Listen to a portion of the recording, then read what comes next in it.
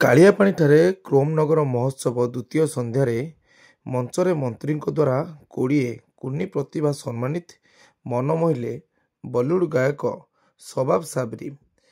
क्रोमनगर महोत्सव सुकिंदारे भातृभाव और बंधुत्व वृद्धि करी शांति प्रतिष्ठार सूत्रधर साजिछि बोली कहिसंती समवाय बयनशिल्प हस्ततंत्र और हस्तशिल्प मंत्री डॉक्टर प्रदीप बल सामंत। अनुष्ठित क्रोमनगर महोत्सव द्वितीय संध्यारे मंत्री श्रीयुक्त बल सामंत मुख्य अतिथि भाव जोगदे सुकिंदारे भाईचारा अक्षुण्ण रखा सह आंचलिक एकता पर आह्वान देते। कोरेई विधायक आकाश दासनायक मुख्य वक्ता भाव जोगदे यह कला संस्कृति और साहित्य को नहीं महामिलन मंच बोली कहिथिले।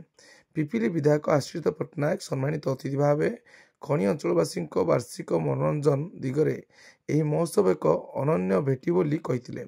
संध्यार आयोजित कमिटर सभापति अमलेन्दु बेहुरा और संपादक विद्याधर पात्र पौरोहित्य अनुष्ठित यह समावेश स्कूल स्तरीय क्रीड़ा साहित्य और शिक्षार उल्लेखनीय प्रदर्शन करथिबा सुकिंदा ब्लॉकर 20 जन शिशु प्रतिभा को मंत्री बल सामंत सम्मानित करथिले।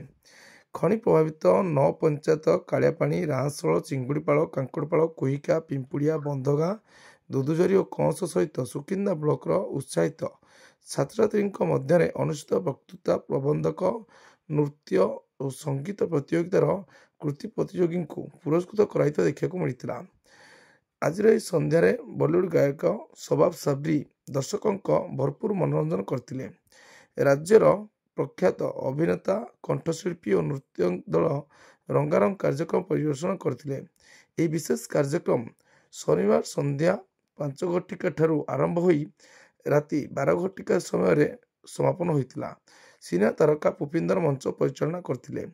सुकिंदा माइंस वर्कर्स यूनियन सभापति इंजीनियर सब्यसाची बल सामंत समस्त कार्य स्थिति तदारख करथिबा देखा मिलता।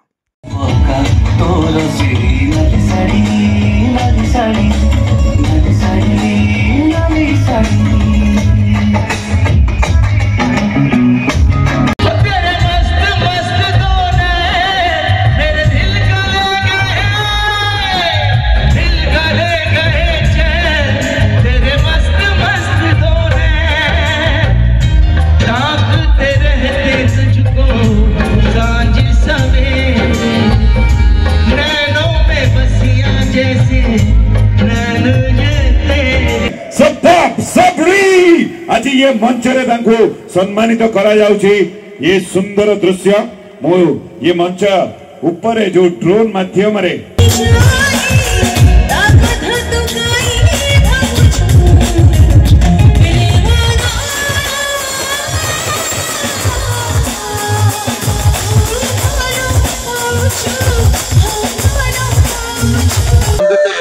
क्रोमनगर महोत्सव द्वितीय संध्या जोगदे ये मंच निश्चित भाव में कला साहित्य संस्कृति मंच भाव में केवल ओडिशा नुहे सारा देश विभिन्न कलाकार मैंने बॉलीवुड कलाकार मैंने निश्चित भाव में आम अंचल गर्व और गौरवर कथा।